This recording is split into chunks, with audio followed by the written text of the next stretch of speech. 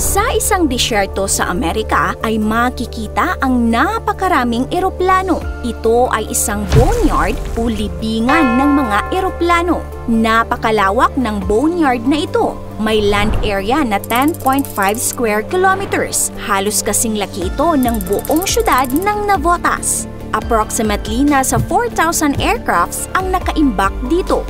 Dahil dyan, itinuturing itong pinakamalaking libingan ng mga eroplano sa mundo. At alam nyo ba, nasa 34 to 35 billion dollars ang estimated na halaga ng mga eroplanong nakatambay dito.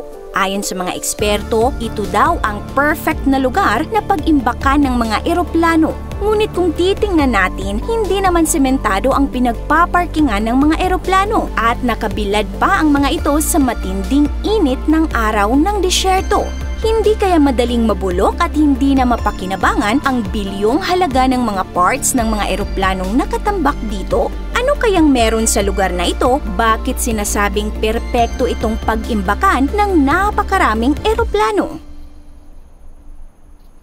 Sa Tucson, Arizona sa Amerika, matatagpuan ang lugar na kung tawagin ay The Boneyard, na ang ibig sabihin ay graveyard o sementeryo. Pero hindi mga puntod ang makikita dito, kundi mga eroplano. Ito ang 309th Aerospace Maintenance and Regeneration Group o AMARC, isang maintenance at storage facility kung saan dito dinadala ang mga sirang eroplano ng Amerika. Nakalagak dito ang libu-libong aircraft at 13 aerospace vehicles mula sa US Air Force, Army, Coast Guard, Navy, Marine Corps at maging sa NASA. Naitatag ang AMARC noong 1946. Pagkatapos ng World War II, kinailangan ng US Army ng lugar na mapaglalagyan ng mga lumang eroplano. At noon nga napili ng mga experts ang 10.5 square kilometers na disyerto sa Tucson, Arizona dahil ito daw ang perpektong lugar na pag-imbakan ng mga aircraft. Bakit nga ba?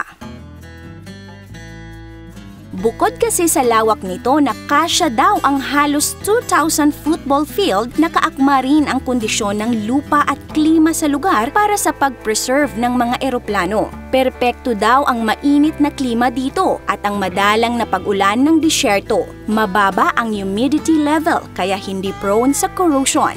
Ibig sabihin, hindi mabilis kainin ng kalawang at mas madaling ipreserba ang mga eroplano. May kinalaman din ang komposisyon at uri ng lupa dito kung bakit siya epektibong parkingan ng mga eroplano. Ang alkaline soil kasi nito ay halos singtigas ng konkreto, kaya hindi po problemahin ang paglubog ng mga eroplano. Hindi na rin kailangang gumawa pa ng mga konkretong rampa, kaya malaking katipiran ito.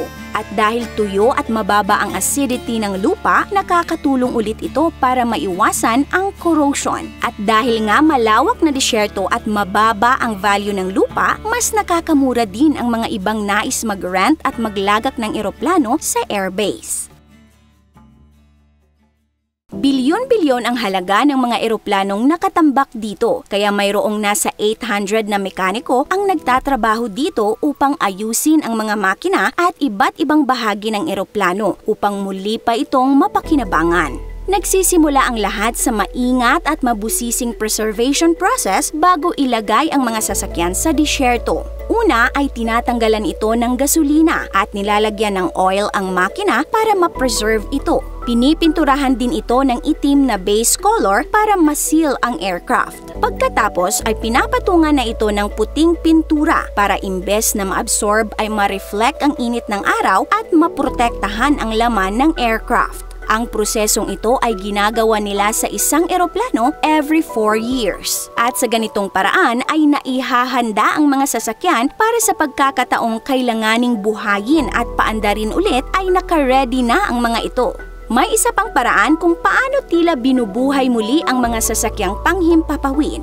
Ang AMARC kasi ay nagsisilbi ring supply center para sa mga parts ng aircrafts. Karaniwang nagsusupply sila ng 4,000 hanggang 7,000 parts kada taon. Libo-libong parts na nagbibigay bagong buhay sa iba't ibang aircraft sa buong mundo.